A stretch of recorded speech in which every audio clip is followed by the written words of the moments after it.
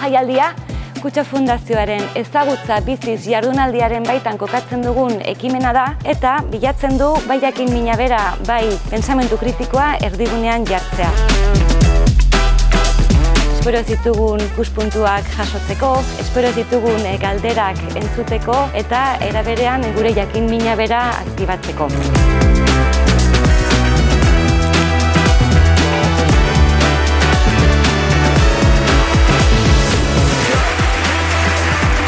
Jakimina ez da soilik jakiteko gogoa. Jakimina kuriositatea deitu nahi dezuen bezala, baina gu bizirik mantentzen gaituna da.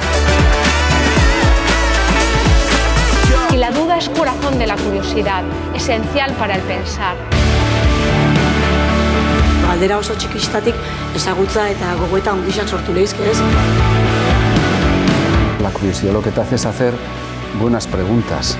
Y antes la memoria lo que te hacía era dar buenas respuestas, ¿no?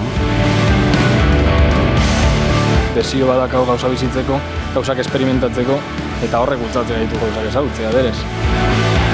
Sin atención no hay curiosidad. Sin curiosidad y sin atención no hay creatividad. Tradizioak bizirik mantendu behar dira, eta bizirik mantentzeko modua da, tradizioaren gainean gauza berriak planteatzea. Azkenean, adimen artifizialen atzean dagoena da iraultza bat etorri dana gelditzeko. Ez gehalako bakarrekan adimen artifizialen erabiltzaileak, baizik eta baita ere bagehalako garatzaileak.